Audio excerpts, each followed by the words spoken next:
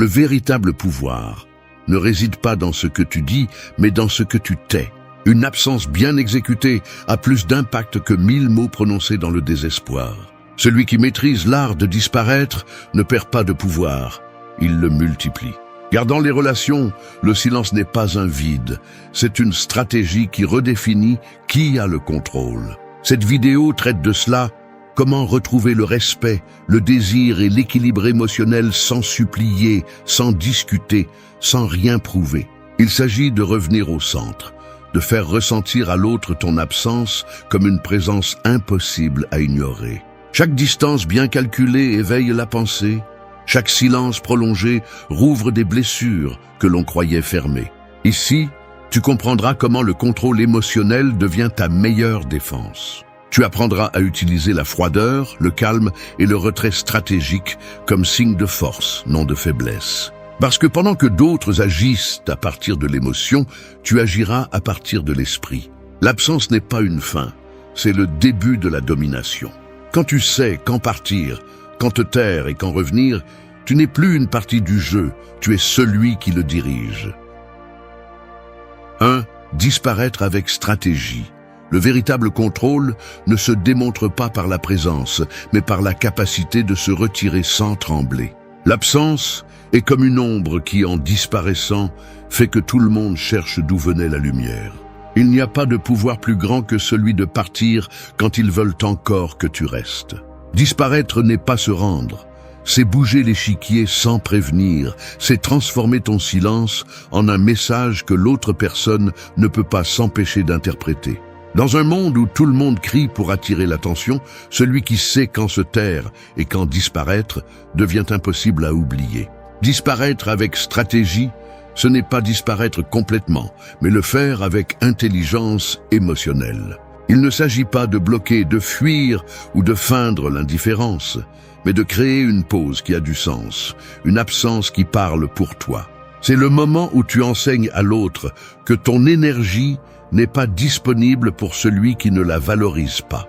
Quand tu t'éloignes avec dignité, tu forces l'autre personne à affronter le vide que tu remplissais sans effort auparavant. Tu ne le fais pas pour punir, mais pour équilibrer.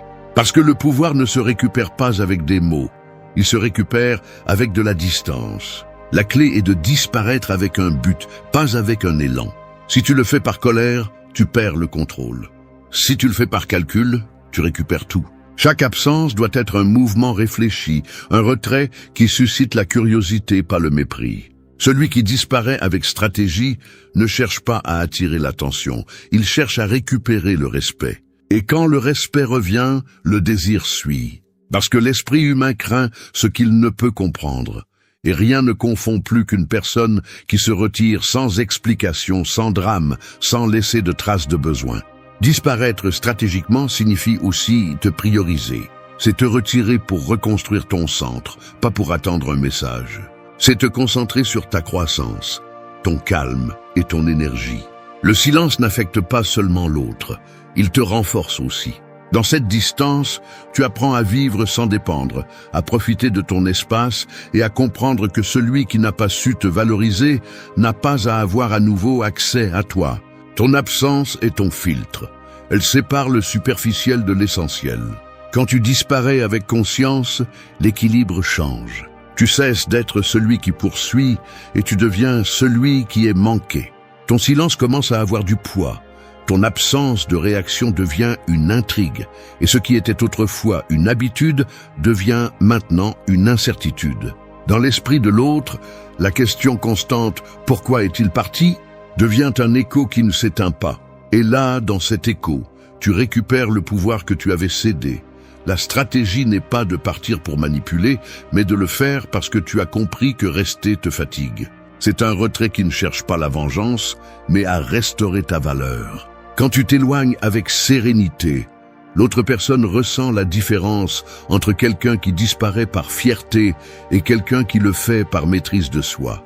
Ce calme, cette assurance silencieuse, c'est ce qui frappe le plus. Parce que rien ne déconcerte plus que celui qui n'a pas besoin de s'expliquer. Disparaître avec stratégie est une leçon de respect envers toi-même et une démonstration de maîtrise de soi envers les autres. C'est dire « je choisis quand je participe et quand je me retire ».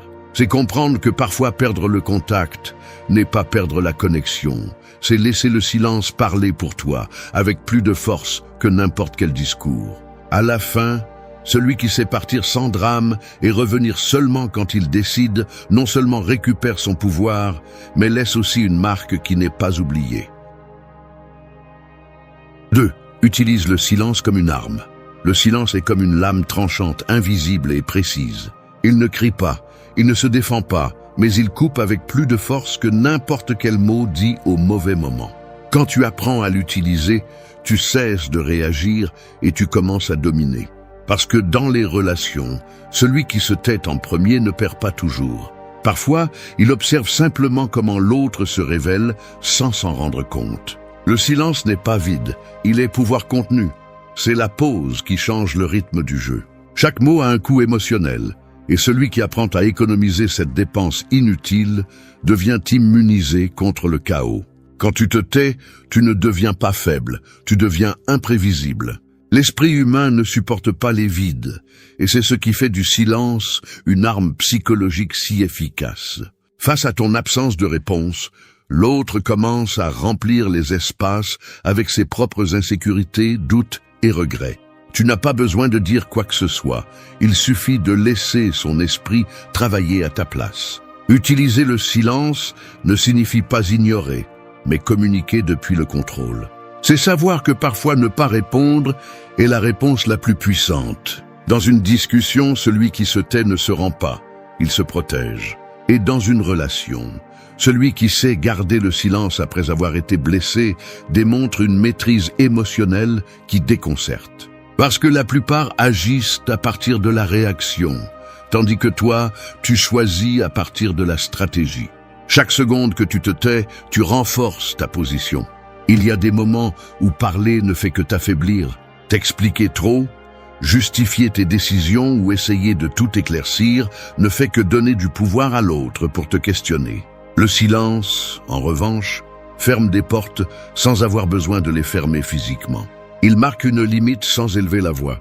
C'est dire à l'autre « tu ne mérites plus l'accès à mes pensées ».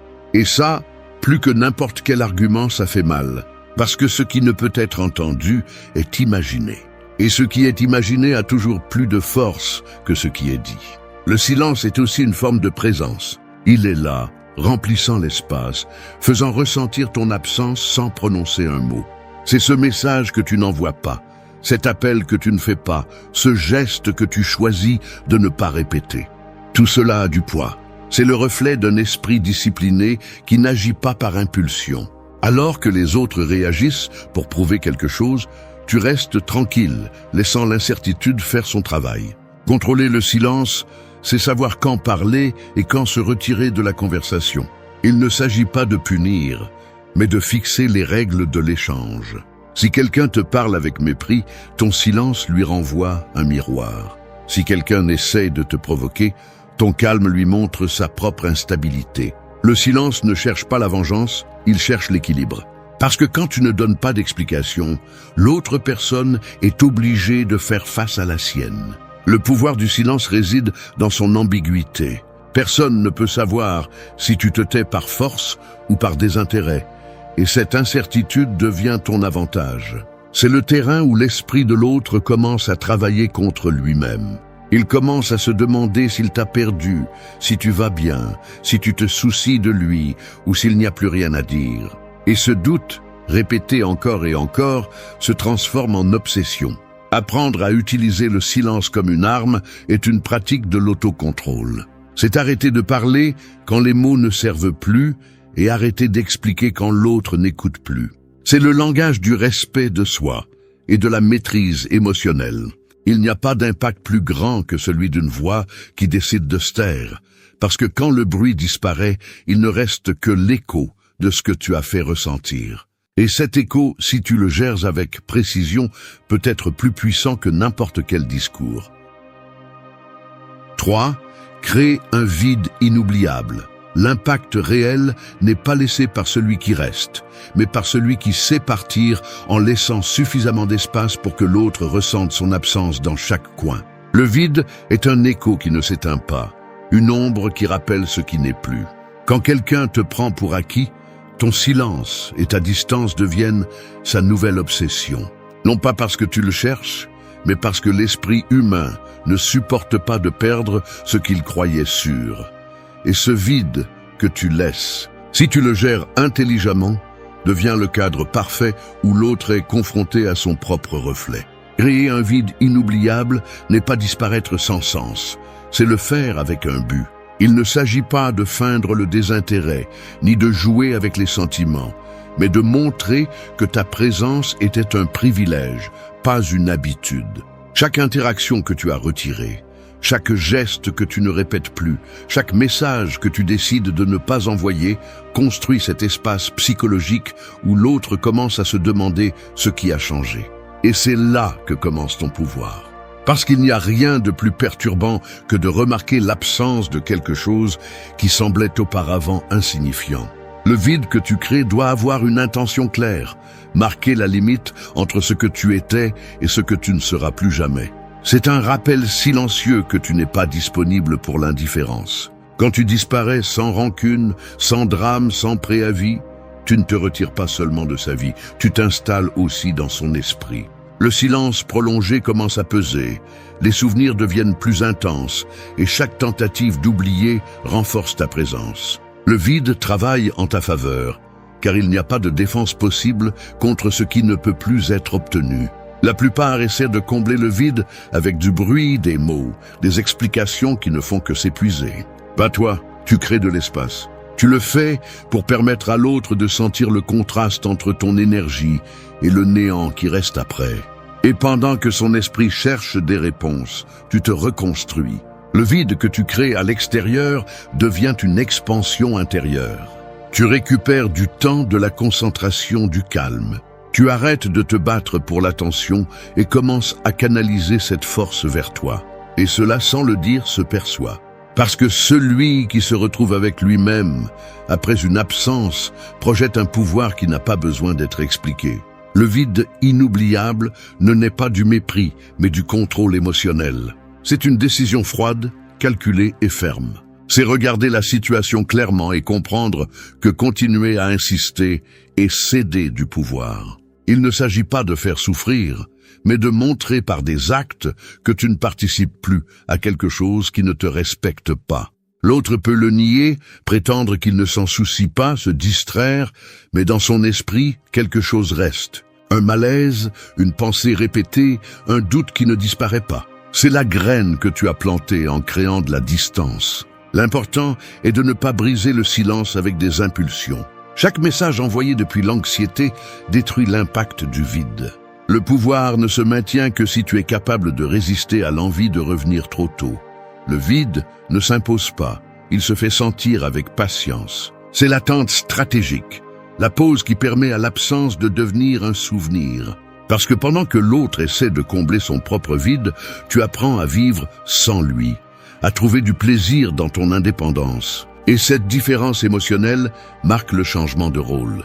Quand tu maîtrises l'art de créer un vide inoubliable, tu ne cherches plus la validation, tu la provoques. Tu ne mendis plus l'attention, tu la génères. L'autre commence à percevoir ton silence comme une présence constante, une pensée qui interrompt son calme. Et tout ce qu'il prenait pour acquis devient une perte. 4. Garde ton sang-froid émotionnel. Le feu de l'émotion est capable de détruire en quelques secondes ce que l'esprit a mis des années à construire. Dans chaque relation, il y a un moment où tout en toi te pousse à réagir, à répondre, à montrer ce que tu ressens, mais le véritable pouvoir réside dans la résistance à cette impulsion. Le sang-froid émotionnel ne signifie pas ne pas ressentir, cela signifie choisir quand, comment et avec qui cela en vaut la peine. C'est regarder le chaos devant toi et garder ton pouls stable.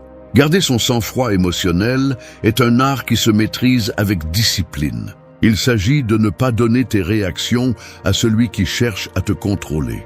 Les gens ont tendance à tester tes limites avec des gestes, des silences ou des provocations, espérant te voir perdre le contrôle. Lorsqu'ils n'y parviennent pas, lorsque tes émotions restent sous clé, ils commencent à perdre du pouvoir sur toi. À ce moment-là, l'énergie change. et celui qui te dominait auparavant commence à se sentir vulnérable. Non pas à cause de ce que tu as dit, mais à cause de ce que tu n'as pas donné. Il ne s'agit pas de devenir une pierre, mais de comprendre que l'émotion mal dirigée devient une faiblesse. Le sang-froid émotionnel est le mur qui protège ta dignité. Tu n'agis pas par colère, ni par désir de vengeance, mais par clarté. Chaque mot que tu choisis de ne pas dire, chaque réaction que tu décides de contenir, chaque message que tu n'envoies pas, construit ta force intérieure. Et cette force se remarque. Elle se perçoit dans ton ton, dans ton silence, dans ton regard qui ne cherche plus l'approbation. Au moment où tu cesses de réagir, tu te libères. Parce que la plupart des gens ne cherchent pas l'amour, ils cherchent le contrôle. Ils veulent voir que tu es toujours affecté, que tu es toujours attaché, que tu te soucies toujours. Et quand ils n'arrivent plus à te provoquer, quand ils perçoivent ce calme inébranlable, ils commencent à faire face à leur propre vide. Le contrôle psychologique ne naît pas des mots, mais des émotions régulées. Le sang-froid émotionnel désarme parce qu'il ne donne pas de signes, n'offre pas de réponse, n'ouvre pas les portes au jeu de l'ego. Être émotionnellement froid ne signifie pas être indifférent. Cela signifie avoir suffisamment de maîtrise pour ne pas perdre le focus. Alors que d'autres se noient dans les impulsions, tu restes ferme. Tu es le centre de gravité au milieu du chaos. Le calme devient ton langage et ta neutralité une menace pour celui qui se nourrit du drame. C'est la différence entre réagir et contrôler. Lorsqu'une personne te provoque et n'obtient pas de réponse, son esprit commence à travailler seul, imaginant des scénarios, interprétant des silences, craignant ce qu'il ne peut pas lire. C'est l'essence du contrôle émotionnel, rester imperturbable alors que tout autour cherche à te déstabiliser. Et cela ne se fait pas en feignant, cela se fait en comprenant que ton énergie est précieuse, que tout ne mérite pas une réponse, que tout le monde ne mérite pas d'accéder à ta paix. Chaque fois que tu choisis de ne pas t'énerver, tu dis au monde que ton équilibre ne dépend de personne d'autre. C'est la base du respect. Le sang-froid émotionnel ne t'éloigne pas des autres, il te rapproche de toi-même. Tu apprends à observer sans réagir, à écouter sans absorber, à ressentir sans t'effondrer. L'émotion est toujours là, mais elle ne te contrôle plus, parce que l'esprit a appris à la gouverner. Et quand cela arrive, tu deviens imprévisible, inaccessible, puissant. Parce que le calme dans un monde impulsif n'est pas de l'indifférence, c'est de l'autorité. Garder son sang-froid émotionnel est plus qu'une défense, c'est une déclaration de maîtrise personnelle. C'est savoir qu'à chaque fois que tu ne t'énerves pas, tu gagnes. Parce que celui qui contrôle ses émotions contrôle le résultat, contrôle la perception et surtout contrôle son propre destin. L'esprit qui maîtrise son feu n'a plus besoin de prouver quoi que ce soit. Il reste simplement ferme, regardant les autres se consumer. 5. Devenez un souvenir éternel. Il y a des présences qui disparaissent du corps, mais restent dans l'esprit comme une marque impossible à effacer. Tous les souvenirs ne s'estompent pas. Certains deviennent des cicatrices émotionnelles. Et celui qui sait comment en laisser une n'a pas besoin d'insister ni de revenir. Devenir un souvenir éternel ne consiste pas à manipuler, mais à construire une image si solide, si authentique, que même le silence la maintient vivante. L'esprit ne se souvient pas de ce qui est constant. Il se souvient de ce qui laisse une empreinte, de ce qui marque, de ce qui part au bon moment. Devenir un souvenir éternel signifie comprendre la psychologie du contraste. Les gens s'habituent rapidement à ce qui est toujours disponible. Le quotidien devient invisible, le fréquent se dilue, le prévisible s'oublie. C'est pourquoi le pouvoir réside dans le mélange précis entre présence et absence, entre montrer et disparaître. Il ne s'agit pas d'être toujours là, mais de savoir quand partir et comment le faire pour que ton absence génère du poids, pour que ce que tu laisses derrière toi devienne une sensation difficile à remplacer. La clé est simple mais puissante. Chaque interaction que tu as doit avoir une intention. Ne parle pas pour parler, n'agis pas par impulsion. Sois sélectif avec tes mots, tes gestes et tes réactions. Laisse chaque moment avec toi avoir une nuance différente, quelque chose que l'autre personne ne peut pas trouver facilement ailleurs. Ce qui se répète ennuie, ce qui est unique se mémorise. Ta façon de regarder, ton ton de voix, le calme que tu maintiens quand tout est en désordre, c'est ce qui reste gravé. Parce que la mémoire émotionnelle ne se souvient pas des faits, elle se souvient de comment tu l'as fait sentir. Devenir un souvenir éternel n'est pas être présent à tout moment, mais être si profondément connecté à l'expérience de quelqu'un que même ton silence l'accompagne. Quand quelqu'un pense à toi sans savoir pourquoi, quand quelque chose de quotidien lui rappelle ta façon de parler, quand un lieu ou une chanson éveille ton image sans que tu sois mentionné, alors tu as réussi à maîtriser le terrain psychologique de la mémoire. Cela implique aussi de te retirer avec élégance. On ne peut pas laisser une empreinte profonde si on part avec du drame. L'esprit bloque le chaotique, mais idéalise le serein. Quand tu te retires sans colère, sans explications inutiles, sans rancune, tu crées un espace propre où la nostalgie s'installe sans résistance. Et dans cet espace, ton souvenir se multiplie. Il n'y a rien de plus puissant que le calme de celui qui a su partir sans perdre sa dignité. Cette sérénité est ce qui fait le plus mal, car elle laisse l'autre sans clôture, sans réponse, sans la possibilité d'effacer ton image. Pour devenir un souvenir éternel, tu dois maîtriser l'équilibre entre mystère et clarté. Ne révèle pas tout, ne te montre pas complètement. Laisse l'autre imaginer ce que tu n'as pas dit. Le mystère maintient l'esprit de l'autre en vie, l'oblige à combler les vides, à penser à toi encore et encore. C'est un effet psychologique simple. L'incomplet génère l'obsession. Celui qui te comprend complètement t'archive. Celui qui sent qu'il ne t'a pas encore déchiffré te maintient présent. Le secret final est de vivre avec une telle authenticité que ton absence ne peut pas être remplacée. Que ta façon de parler, de regarder, d'agir soit si cohérente qu'il n'y ait pas de réplique possible. Les gens oublient les apparences, mais ils n'oublient jamais l'énergie qui a changé leur façon de voir les choses. Et si tu réussis cela, tu n'as pas besoin de chercher la reconnaissance, car ton souvenir continuera à marcher là où tu n'es plus. Devenir un souvenir éternel est en essence une forme d'immortalité émotionnelle. Il ne s'agit pas de rester physiquement, mais d'habiter dans l'esprit. 6. Contrôler sans qu'il s'en rende compte. Le pouvoir le plus efficace est celui qui n'est pas visible. Il n'a pas besoin de s'imposer, on le ressent juste. C'est comme un courant souterrain qui déplace l'eau sans agiter la surface. Contrôler sans être remarqué est le point culminant de la maîtrise émotionnelle et psychologique, où vous ne faites pas d'efforts, mais tout tourne autour de vos mouvements. Celui qui y parvient ne le fait pas par manipulation, mais par intelligence émotionnelle, en comprenant comment fonctionne l'esprit humain et comment le diriger sans montrer les ficelles. Contrôler sans être remarqué signifie abandonner le jeu de l'ego. Vous arrêtez de poursuivre, d'insister, d'expliquer. Et dans ce silence stratégique, l'autre commence à bouger pour vous.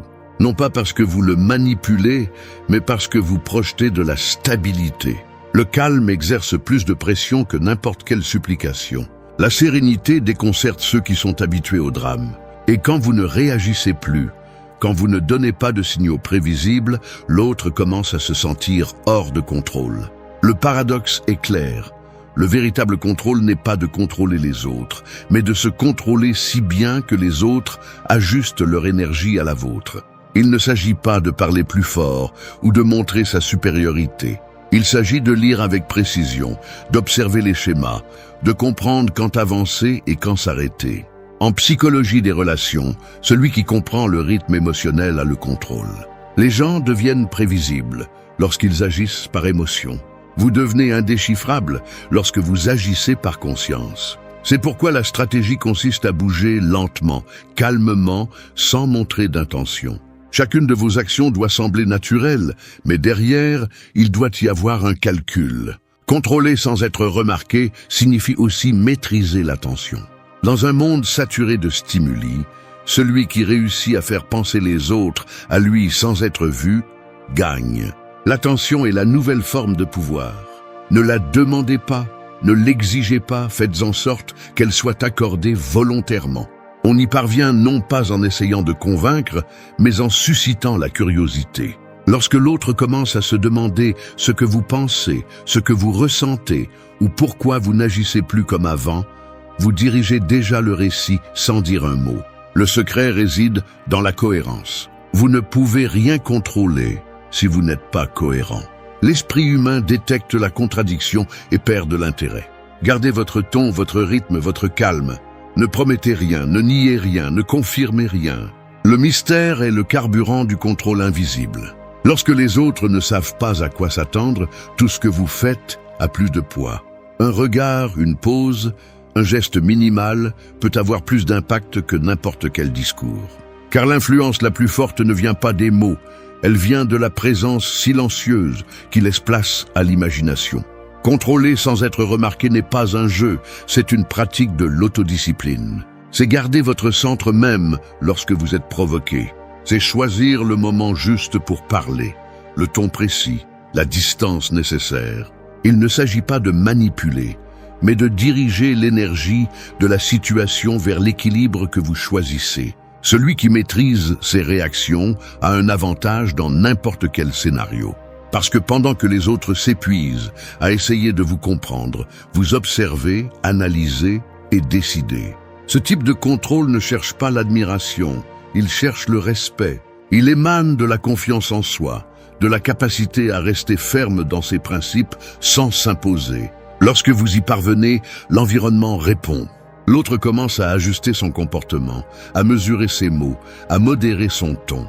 Non pas parce que vous le lui demandez, mais parce que votre présence l'exige. C'est la différence entre manipuler et diriger. La manipulation dépend de la peur. Le leadership invisible naît de la maîtrise. 7. Éveille le désir profond. Le désir ne naît pas du contact, il naît de la distance. C'est comme le feu. Si tu le couvres trop, il s'éteint, mais si tu le maintiens avec de l'air, il brûle avec plus de force. Éveiller le désir profond n'est pas provoquer le besoin. C'est créer une absence calculée qui invite à imaginer, qui maintient la curiosité en vie. Lorsque tu maîtrises cet art, tu ne poursuis pas l'attention. Tu fais en sorte que l'attention te cherche. Tu ne cours pas après la validation. Tu la fais tourner autour de toi sans avoir à bouger un seul doigt. Le désir s'éveille quand quelque chose cesse d'être évident. Plus tu es disponible, moins tu as de valeur. L'être humain a tendance à désirer ce qu'il perçoit comme rare, mystérieux ou difficile à atteindre. Et c'est pourquoi le pouvoir est de ne pas être complètement accessible, de ne pas livrer toutes tes émotions, de laisser des espaces vides pour que l'autre les remplisse avec son esprit. L'imagination est le terrain où le désir grandit, et celui qui la contrôle aussi les émotions des autres. Éveiller le désir n'est pas feindre le désintérêt, mais maîtriser l'équilibre entre proximité et distance. Montrer assez pour maintenir la connexion, mais réserver ce qu'il faut pour rester un mystère. Les gens perdent de l'intérêt lorsqu'ils pensent avoir tout déchiffré. La clé est de laisser des questions ouvertes, de ne pas révéler complètement tes pensées, d'agir calmement sans montrer tes intentions. Cette ambiguïté bien mesurée devient un aimant émotionnel, car ce qui n'est pas complètement compris n'est pas oublié.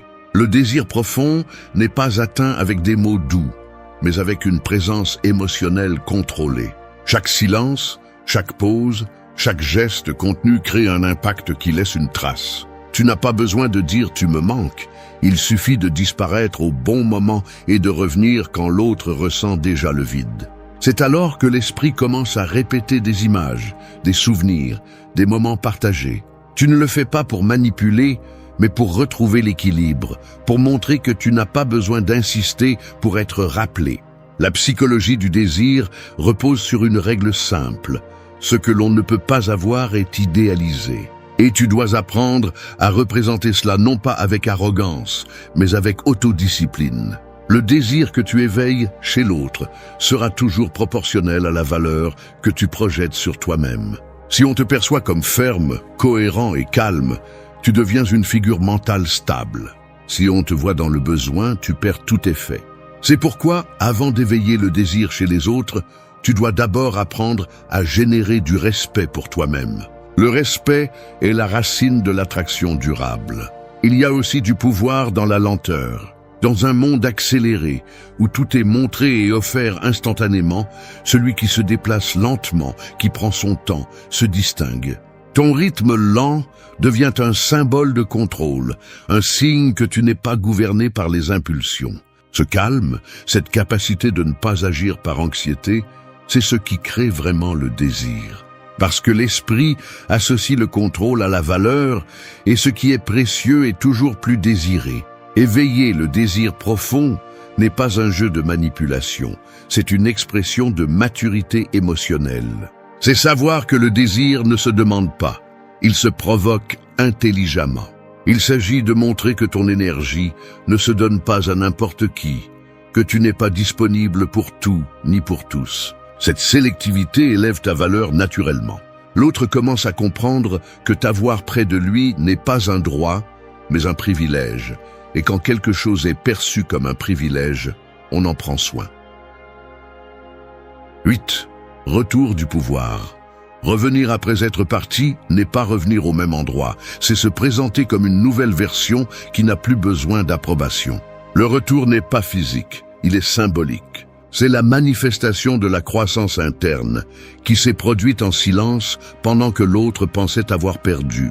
Revenir du pouvoir signifie montrer que ton absence n'était pas un retrait faible, mais une transformation calculée. C'est réapparaître avec le calme de celui qui ne cherche plus rien, parce qu'il a tout trouvé en lui. Chaque personne qui s'éloigne laisse un écho, mais seuls quelques-uns reviennent avec une présence. Celui qui revient du pouvoir ne le fait pas pour prouver qu'il a gagné, mais pour confirmer qu'il ne rivalise plus. Il n'a plus besoin de validation. Il n'attend plus de réponse. Sa seule énergie transmet l'équilibre. La différence se voit dans les gestes, dans le regard, dans la manière dont il ne réagit plus de la même manière.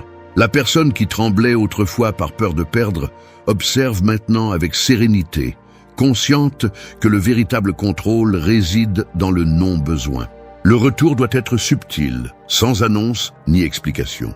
Il ne s'agit pas de se montrer avec fierté, mais avec présence. Le véritable pouvoir ne se crie pas, il se perçoit. Et quand tu réapparais avec un ton différent, avec une énergie plus contrôlée, l'environnement le ressent. Celui qui t'a sous-estimé commence à se demander comment tu as réussi à changer. Cette confusion est ta victoire silencieuse. Le respect qui était autrefois refusé commence à surgir sans que tu aies à l'exiger. Parce que le pouvoir n'est pas dans le fait d'être rappelé, mais dans le fait de revenir transformé en quelqu'un qui ne peut plus être ignoré. Revenir du pouvoir implique aussi de ne pas revenir avec les mêmes intentions. Tu ne reviens pas pour réclamer, ni pour chercher des réponses, ni pour demander justice. Tu reviens avec la certitude de ne rien avoir besoin. Cette neutralité est ce qui désarme. Lorsqu'il n'y a plus d'émotion qui peut être utilisée contre toi, lorsqu'il n'y a plus d'attachement qui peut être manipulé, tu reprends le contrôle absolu.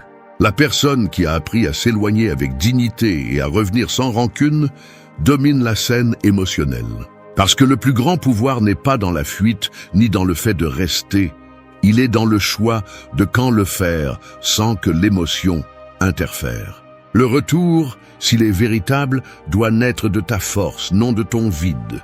Si tu reviens en cherchant de l'attention, tu perds l'effet.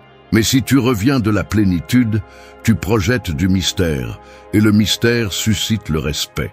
Les gens sentent quand quelqu'un a changé à la racine, pas parce qu'il dit, mais parce qu'il irradie. Ton silence se sent différent, tes mots pèsent plus, tes limites se voient sans que tu aies à les expliquer. Tu n'es plus le même, et cela se perçoit sans effort. Tu n'as pas besoin que tout change le jour où tu décides d'arrêter de chercher l'approbation et commences à te gouverner. Ce moment marque la différence entre celui qui survit et celui qui vit vraiment. Il ne s'agit pas de prétendre être fort, mais de le construire de l'intérieur, brique par brique, pensée par pensée. La véritable transformation n'arrive pas avec de jolis mots. Elle arrive quand tu apprends à maîtriser ton esprit, à rester ferme quand tout s'effondre et à choisir l'ordre au-dessus du chaos. Se reconstruire est un acte silencieux. Personne ne l'applaudit, personne ne le remarque au début, mais on le ressent dans la façon dont tu marches, dans ta réponse, dans ce que tu ne tolères plus. La discipline devient ton bouclier, la cohérence ton arme. Et tu comprends qu'il n'y a pas de pouvoir plus grand que celui de contrôler tes impulsions, de rester fidèle à tes principes et de laisser tes actions parler pour toi. C'est l'essence de l'autogouvernement. Devenir la personne qui décide qui tu es sans le laisser entre les mains de personne. Ce n'est pas un discours de motivation passager, c'est une déclaration de guerre interne, contre la paresse, le doute, le besoin d'approbation. La force n'est pas dans la résistance au monde, mais dans l'ordre intérieur. Chaque pensée claire, chaque limite ferme, chaque décision cohérente est une brique dans ta reconstruction.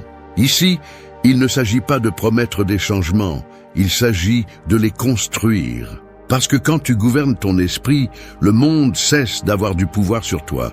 Et là, à ce point précis, commence la véritable liberté. 1. Élève tes standards, l'âme se flétrit lorsqu'elle s'habitue à la médiocrité. C'est comme une épée qui rouille faute de bataille. Il en va de même pour l'être humain lorsqu'il laisse son environnement dicter sa valeur, lorsqu'il se contente de moins que ce qu'il sait pouvoir être. Élever tes standards ne signifie pas exiger plus du monde, mais exiger plus de toi-même. C'est une guerre silencieuse où l'ennemi est le confort, l'excuse et l'auto-tromperie. Si tu attends que ta vie change, commence par changer ce que tu es prêt à tolérer.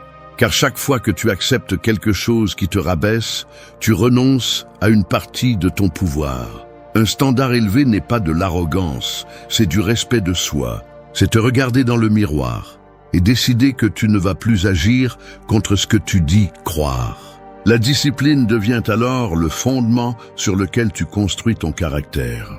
Tu ne fais plus les choses seulement quand tu te sens motivé. Tu les fais parce que ta parole vaut plus que ton humeur. C'est le début de l'autogouvernement. Agir avec cohérence même lorsque personne ne te regarde. Les stoïciens l'ont bien compris. Celui qui maîtrise ses décisions n'a besoin de dominer personne d'autre. Et celui qui élève son esprit au-dessus de l'impulsion conquiert son destin. Il n'y a pas de transformation sans inconfort. Lorsque tu décides d'élever tes standards, beaucoup de choses et de personnes commenceront à s'éloigner. Non pas parce que tu changes trop, mais parce que tu ne rentres plus dans les endroits où tu survivais auparavant. Tu deviendras plus sélectif avec ce que tu consommes, avec ce dont tu parles, avec qui tu partages ton temps. Tu découvriras que tu n'as pas besoin de autant que tu le pensais, et que ce qui t'élève vraiment n'est pas l'approbation, mais la constance. Chaque choix cohérent devient une affirmation silencieuse de pouvoir. Je ne me contente plus de moins que ce que je suis capable d'être. Élever tes standards signifie aussi arrêter de te victimiser. Personne ne viendra te sauver, et c'est la meilleure nouvelle que tu puisses recevoir. Parce que tant que tu attends de l'aide, tu resteras bloqué. Mais lorsque tu comprends que tout dépend de ta volonté, la vie commence à bouger en ta faveur. Ton esprit cesse de chercher des excuses et commence à chercher des chemins. Tu ne dis plus « je ne peux pas », tu dis « pas encore, mais je vais le faire ». C'est dans cette différence que réside la force du caractère. Tu n'as pas besoin de crier ton changement, juste de le maintenir. Celui qui élève ses standards ne l'annonce pas, il le démontre avec le calme de celui qui sait où il va. Et c'est là que naît le véritable respect, non pas par peur ou par force, mais par la clarté de ton exemple. Parce que le monde ne suit pas celui qui parle bien, il suit celui qui se discipline. C'est ainsi que se construit le respect, non pas en l'exigeant, mais en étant digne. Chaque fois que tu choisis d'agir avec plus d'exigence qu'hier, tu te sépares de la moyenne. Chaque fois que tu gardes ton calme alors que tu explosais avant, tu réécris ton destin. Chaque fois que tu choisis l'effort sur l'excuse, ton esprit se renforce. Et cela, avec le temps, change tout. La vie ne s'élève pas par hasard, elle s'élève par décision. Élever tes standards, c'est te dire à toi-même « Je ne baisserai plus le niveau juste pour rentrer ». Parce que celui qui vit en dessous de son potentiel finit par être prisonnier de sa propre faiblesse. Mais celui qui s'exige, qui se gouverne, qui s'ordonne de l'intérieur, devient invincible. La grandeur n'est pas réservée à quelques-uns, elle est disponible pour celui qui est prêt à payer le prix de la discipline. Et ce prix commence toujours par soi-même. 3. Maîtrise ce que tu contrôles. Les personnes qui souffrent le plus ne sont pas celles qui ont le moins, mais celles qui essaient de tout contrôler. C'est comme essayer d'arrêter la pluie avec les mains, se fatiguer pour l'inévitable tout en oubliant que tu peux construire un toit. La vie ne consiste pas à lutter contre ce qui t'échappe, mais à apprendre à diriger ton attention vers ce que tu peux influencer. Le véritable pouvoir ne vient pas du contrôle absolu, mais de la clarté pour distinguer ce qui dépend de toi de ce qui ne dépend pas. C'est la racine de la maîtrise personnelle, concentrer ton énergie là où elle a du sens. Chaque jour, ton esprit est rempli de bruit, d'opinions, de scénarios qui n'existent même pas. Tu perds de la force en t'inquiétant de ce que les autres pensent, du passé que tu ne peux pas changer ou d'un avenir qui n'est pas encore arrivé. Le véritable contrôle n'est pas dans le monde extérieur, il est dans ta réponse à celui-ci. Te maîtriser, c'est avoir le courage d'agir là où tu peux et la sagesse d'accepter là où tu ne peux pas. La maîtrise de soi s'entraîne avec de petites décisions. Il ne s'agit pas de grands gestes héroïques, mais de choisir avec cohérence tous les jours. Contrôler ce que tu dis, ce que tu consommes, ce que tu permets dans ton esprit. Éviter l'impulsion de réagir à tout ce qui te dérange. Apprendre à garder le silence quand les mots sont superflus et à agir quand le moment l'exige. Tu ne peux pas contrôler les actions des autres, mais tu peux décider de ne pas perdre ton équilibre à cause d'elles. Chaque fois que tu te retiens, tu renforces ta volonté, et cette volonté est l'outil le plus puissant qui existe. Les gens perdent leur chemin parce qu'ils vivent en réagissant. Ils se lèvent en espérant que la journée sera facile, que les gens seront justes, que tout se passera comme prévu, et quand cela n'arrive pas, ils s'effondrent. Mais celui qui maîtrise son intérieur comprend que la stabilité ne dépend pas du climat, mais du tempérament. S'il pleut, marche sous la pluie. S'il y a du chaos, trouve le calme à l'intérieur. Cette mentalité est ce qui différencie ceux qui survivent de ceux qui grandissent. La vie ne devient pas plus simple, c'est toi qui deviens plus fort. Maîtriser ce que tu contrôles signifie aussi arrêter de te victimiser. Tu ne peux pas éternellement blâmer le destin, les autres ou la malchance. Chaque excuse est une brique de plus dans le mur qui te sépare de ton pouvoir. La responsabilité n'est pas un fardeau, c'est une clé. Quand tu dis « cela dépend de moi », tu commences à construire la liberté. Peu importe combien de fois tu échoues, l'important est que tu continues à choisir de te lever, de décider, d'agir, au lieu de te lamenter. Cette constance transforme le caractère.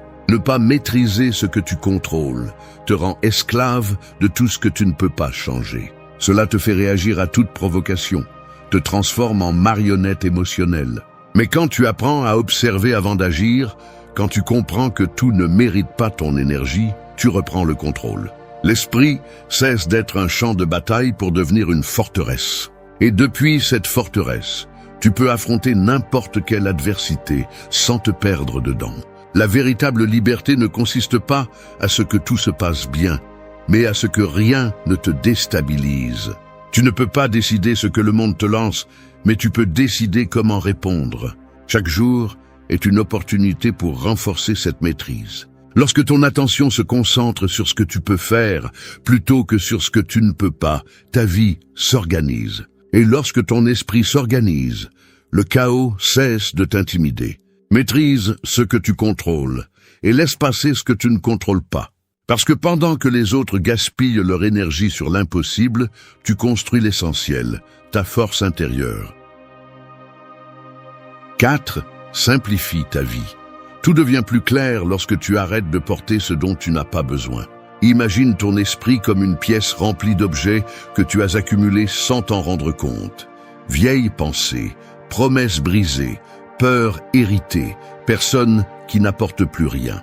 Tu essayes d'avancer, mais tu trébuches encore et encore sur la même chose. Simplifier la vie n'est pas abandonner, c'est dégager le chemin.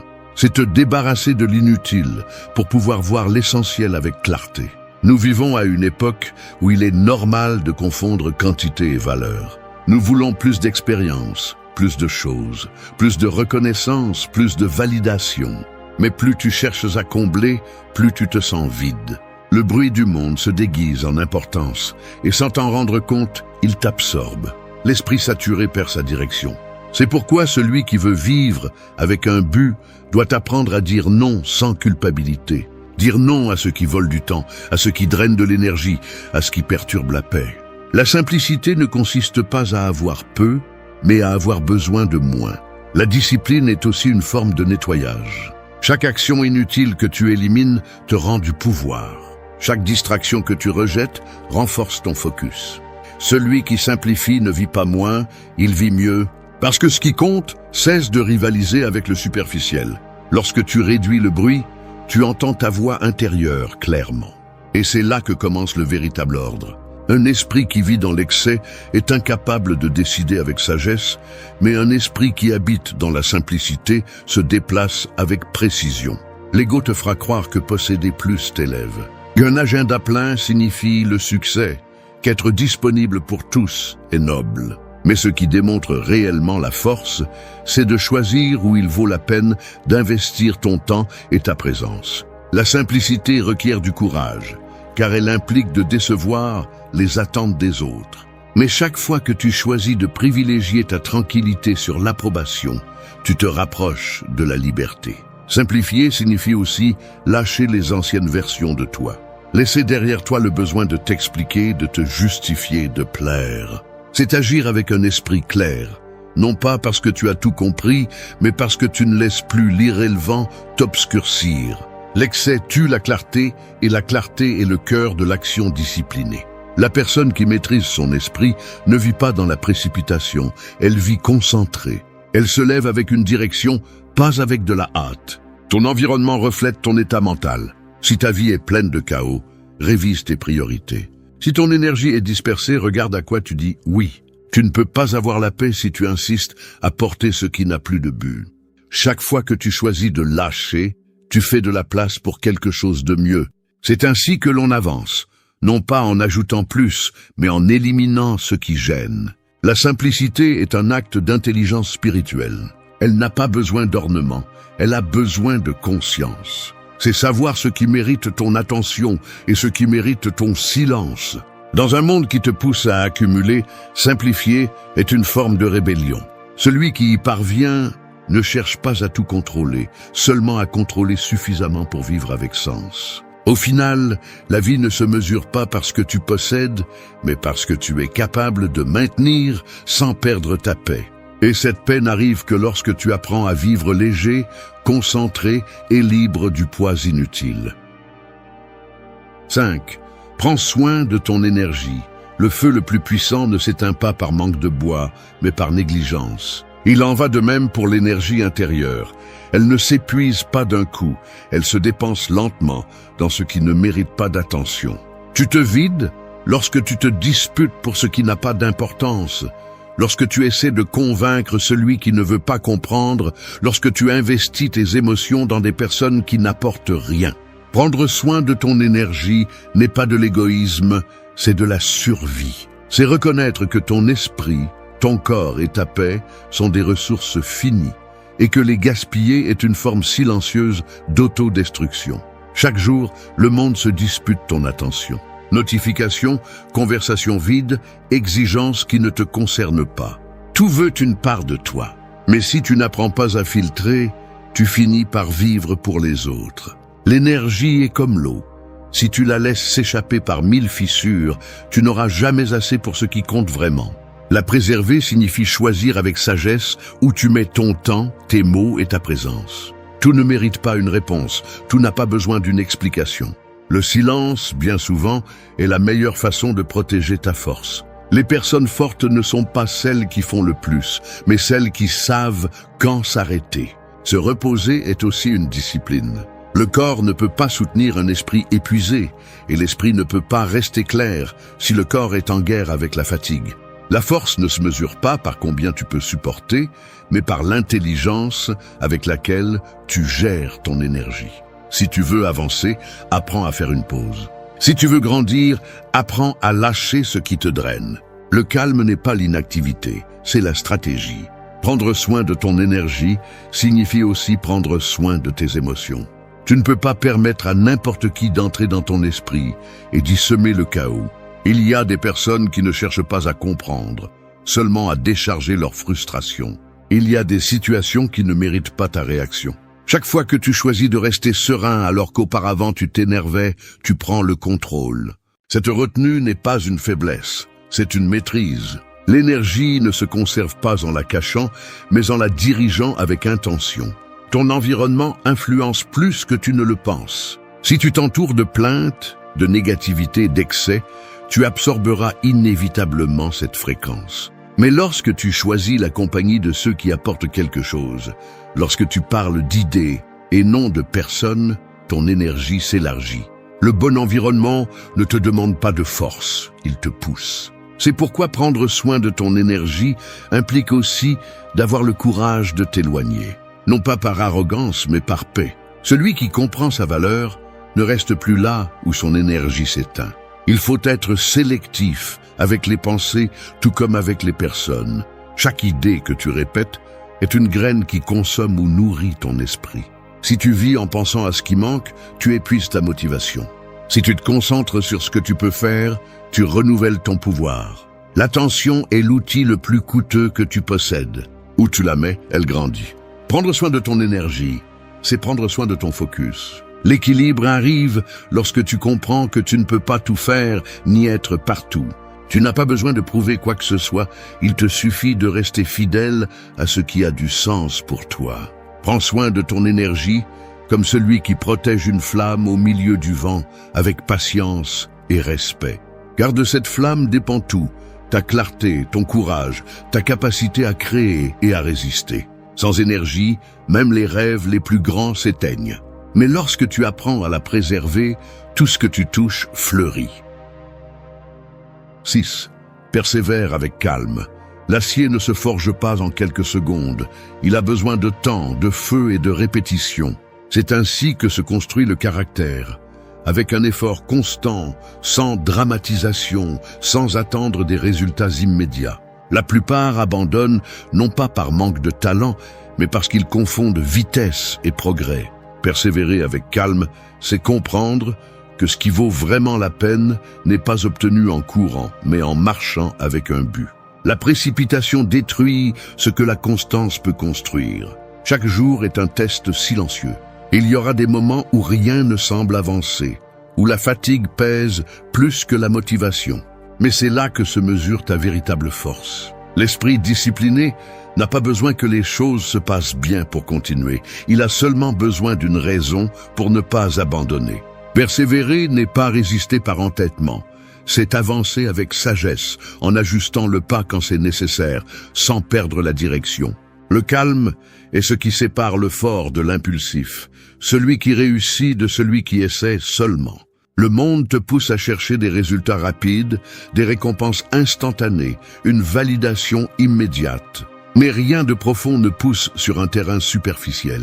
Les racines solides ont besoin de temps sous terre avant de montrer leurs fruits. Cette patience active, cette foi rationnelle en ton processus, c'est l'essence de la persévérance.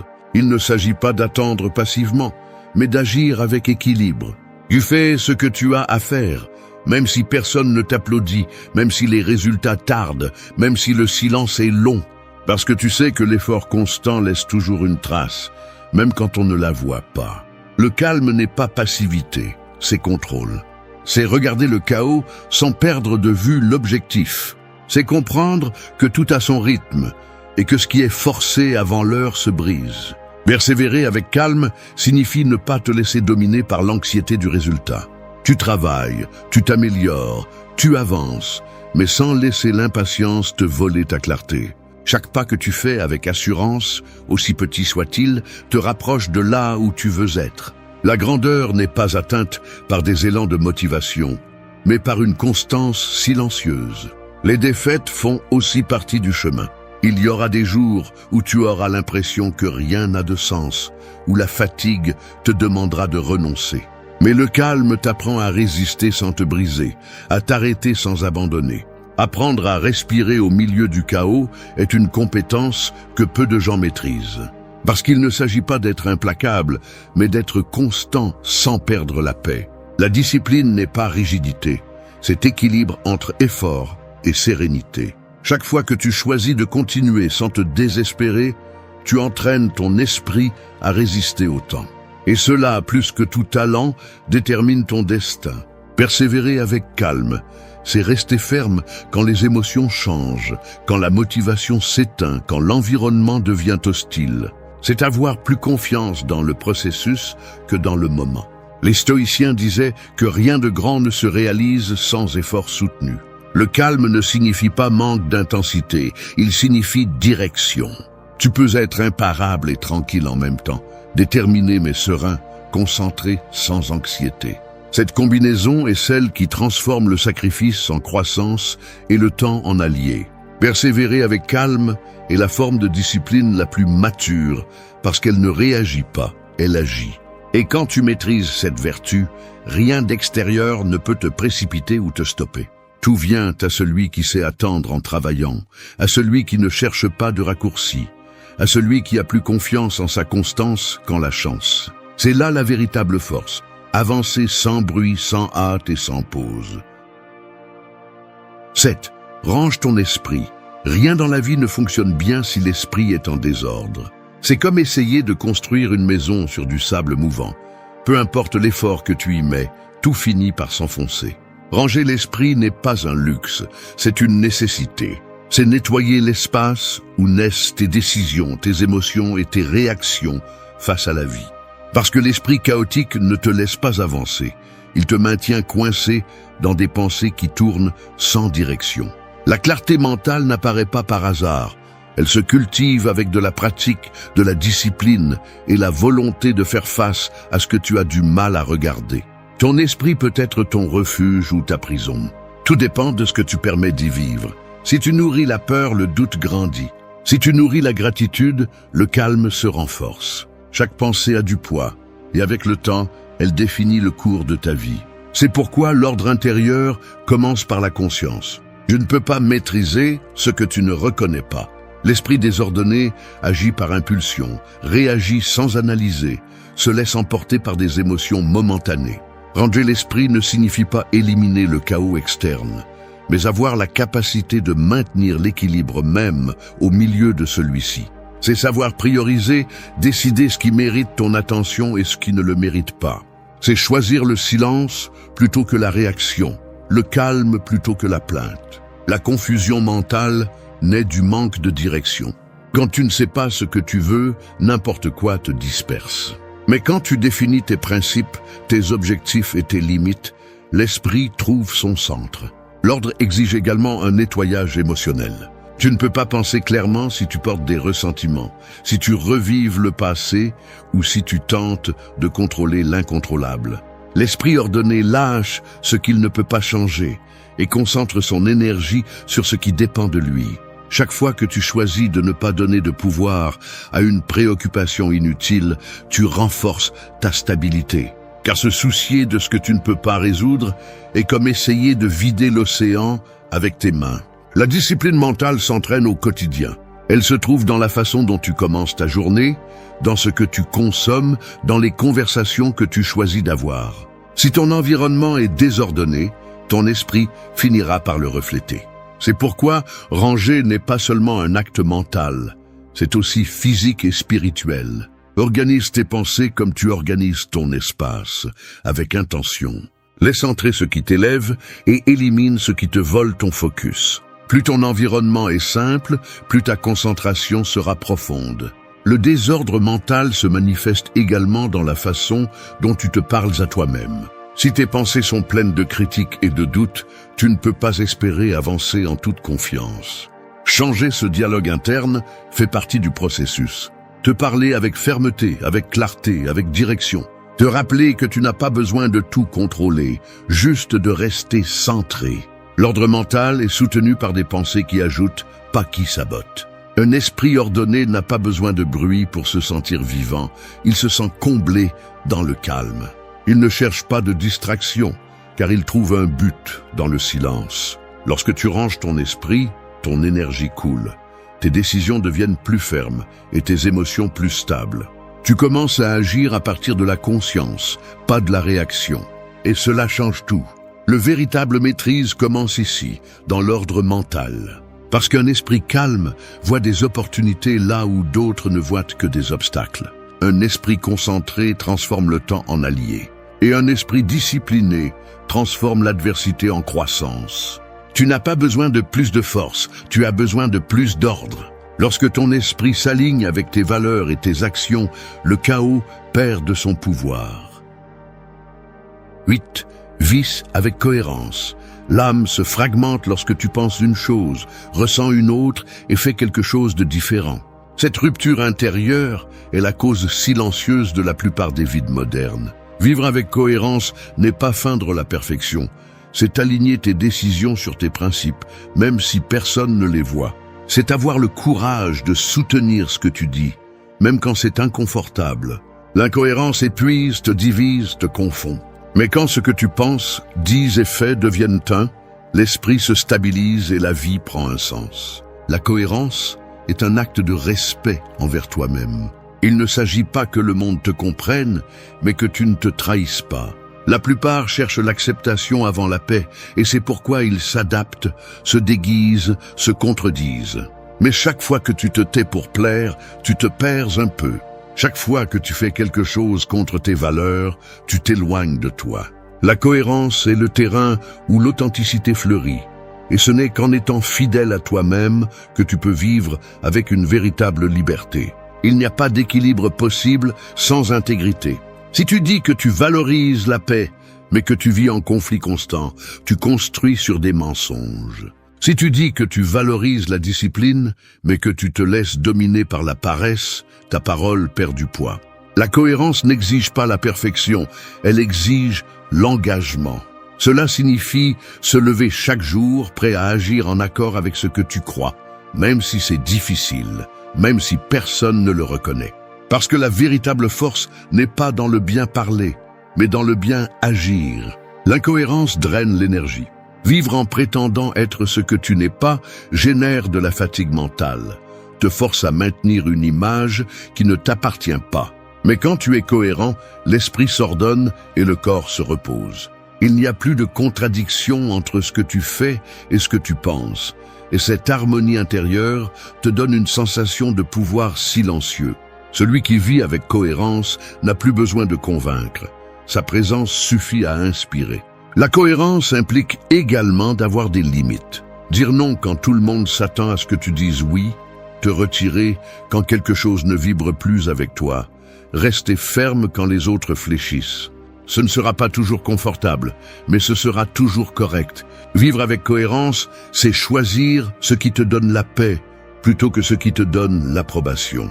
C'est comprendre que ton chemin n'a pas besoin d'être compris, il doit juste être vrai. La force morale ne se mesure pas par des discours, mais par de petites actions que personne ne voit. Elle réside dans le fait de tenir ta parole, même quand il n'y a pas de témoin, de bien traiter les autres, même quand tu n'attends rien en retour. Cette congruence crée une stabilité intérieure qu'aucune adversité ne peut renverser. Et quand l'intérieur est en équilibre, la vie coule avec une direction claire. Mais avoir l'humilité de reconnaître l'erreur et de la corriger fait partie du processus. Tu ne peux pas avancer si tu continues à défendre ce que tu sais qui n'est pas bien. La cohérence ne te demande pas d'être infaillible, elle te demande d'être honnête avec toi-même. C'est regarder tes propres contradictions sans excuse et décider d'agir avec plus